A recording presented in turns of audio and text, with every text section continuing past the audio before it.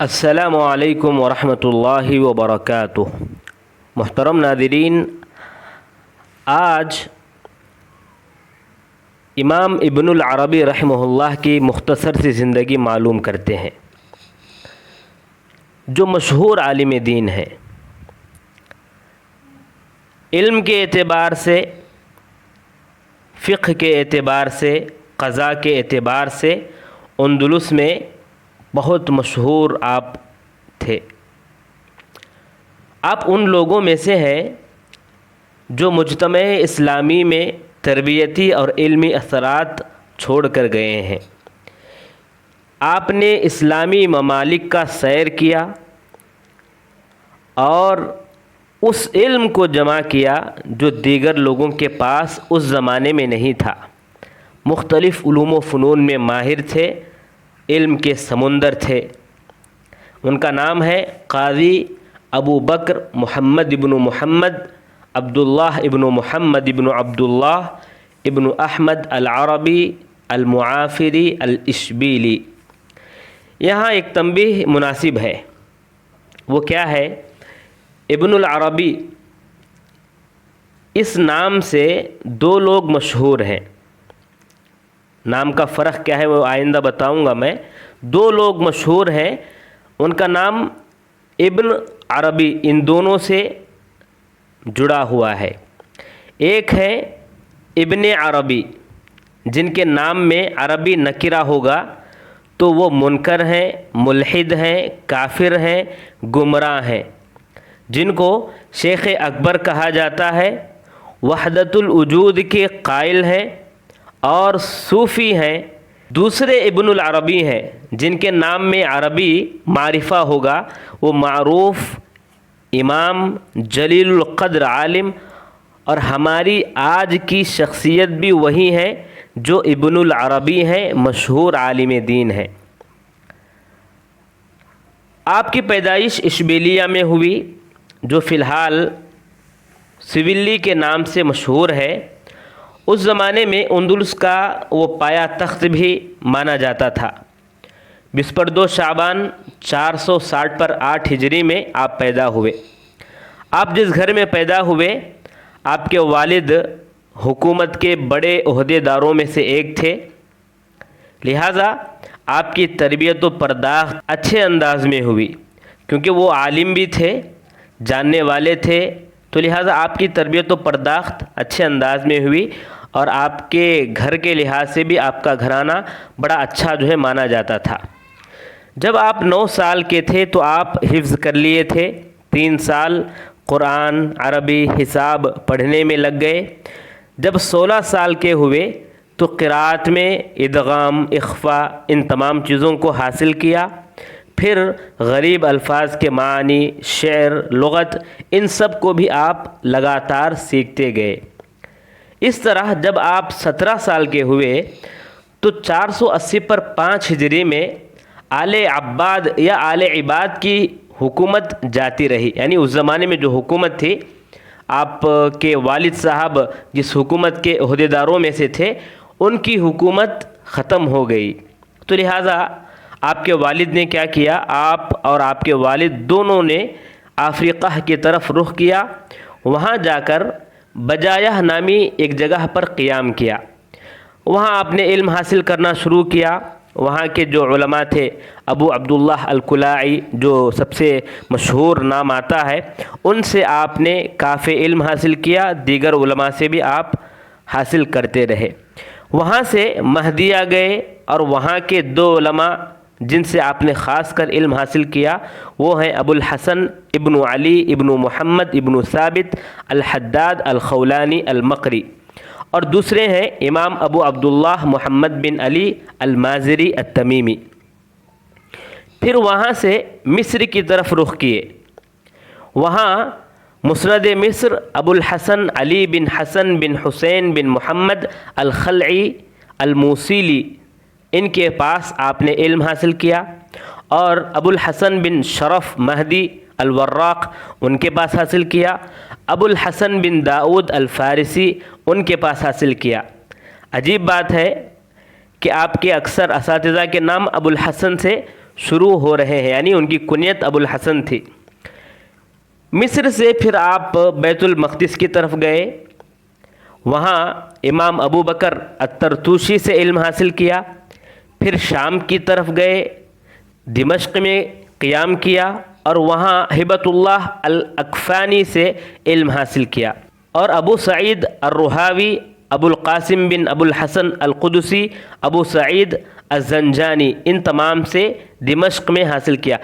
شروع میں جو کہا گیا، آپ غور کیے ہوں گے یا نہیں کیے ہیں، کہ آپ نے مشرق یعنی جو بھی اسلامی ممالک تھے ان تمام ممالک کا آپ نے سیر کیا، یہی مطلب تھا، یعنی آپ ہر جگہ جاتے رہے تھے، رخ آپ کا ہر جگہ ہوتا رہا تھا، اور وہاں کے علماء سے، وہاں کے علماء سے، وہاں کے علماء سے، اس طرح ہر جگہ پہنچ کر آپ نے علم کو حاصل کیا۔ اب دیکھیے، دمشق میں تھے، وہاں سے بغداد کا رخ کرتے ہیں۔ بغداد کا رخ جب آپ نے کیا، وہاں جن علماء سے آپ نے علم حاصل کیا، اس میں کئی علماء ہیں، اور ان کے پاس جو آپ نے علوم حاصل کیے، ان میں علوم سنہ، تراجم رجال، اصول دین، اصول فقہ، عربی، علوم عربیہ، علوم آداب، ان تمام علوم کو آپ نے حاصل کیا، اور ان تمام علوم میں مہارت بھی حاصل کی۔